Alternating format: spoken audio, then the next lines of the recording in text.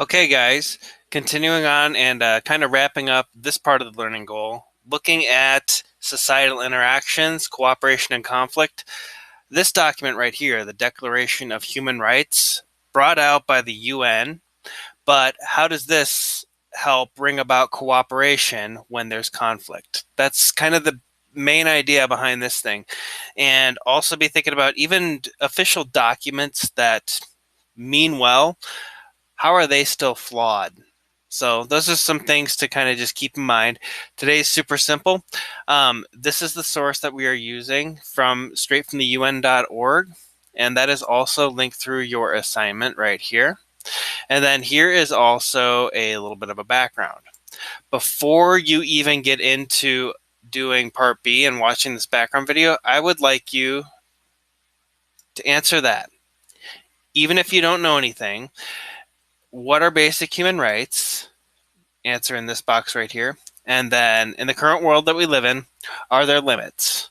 So answer kind of a reflection, be thorough. Then for part B, watch this clip that is linked through right here and answer these 5 questions. For the most part, you should be able to watch the video and find these questions pretty clearly explained. If you don't know what that word means, you're going to need to look that up. This will give you some good background. And then for part C, this is only a small scratch of the big picture, or not the big picture, but just how deep the Declaration of Human Rights really can go. Keep in mind that this declaration was written in 1945. The Declaration of Independence was written in 1776. The Declaration of Independence focuses on the United States. The Declaration of Human Rights focuses on the entire world. This website is also linked through right here on agenda item number 2. But that is where you will get all of these articles. And as you can see, I put quotes around all of them. So keep in mind that this is straight up me quoting from that website. Therefore, this is not my own. And then we wrap it up with a reflection as well. For part C, the following questions will challenge you to identify and analyze the application and interpretation of these different articles around the world. That's kind of the purpose. For each listed article, you will need to explain its intended purpose, meaning what it is meant for. You'll need to explain the intended purpose in your words, but then also explain problems that still exist, despite the presence of the article of focus. What I like about the ones that I've chosen is there's a little bit of political, social, and technology within this. You'll hopefully relate to quite a few of these. For instance, number 1, everyone has the right to freely participate in cultural life of the community, to enjoy the arts, and share in scientific advancement and its benefits. And then the other, everyone has the right to protection of the moral and material interests resulting from any scientific, literary, or artistic production of which he is the author. So just off of first glance, Article 1, that just screams technology for me. And then the second article, or let me rephrase, this isn't Article 1 or Article 2.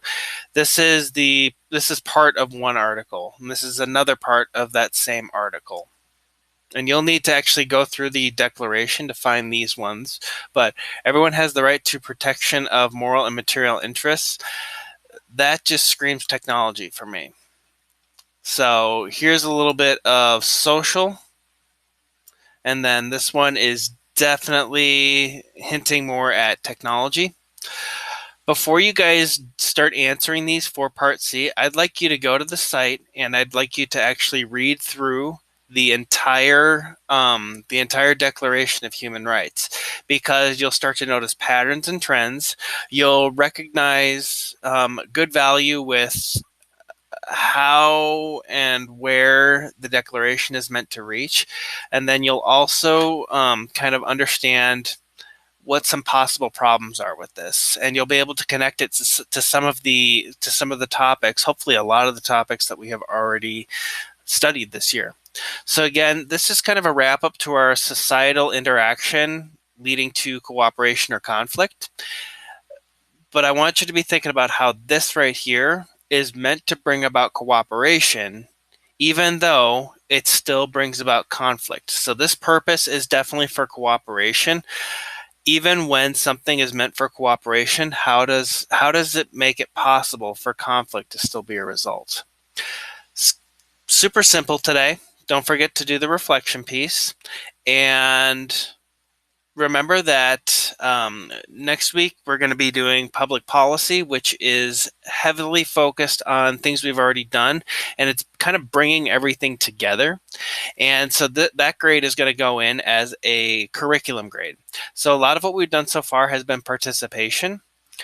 Next week is going to be for a curriculum grade. You're going to have plenty of time, but it's going to basically make or break your grade for the quarter. If you do well on it, no problem. But if you bomb it, you bomb the quarter. Talk to me more if you need any clarification on that. But if you follow the directions as I've been setting them up, you should be more than fine. Good luck.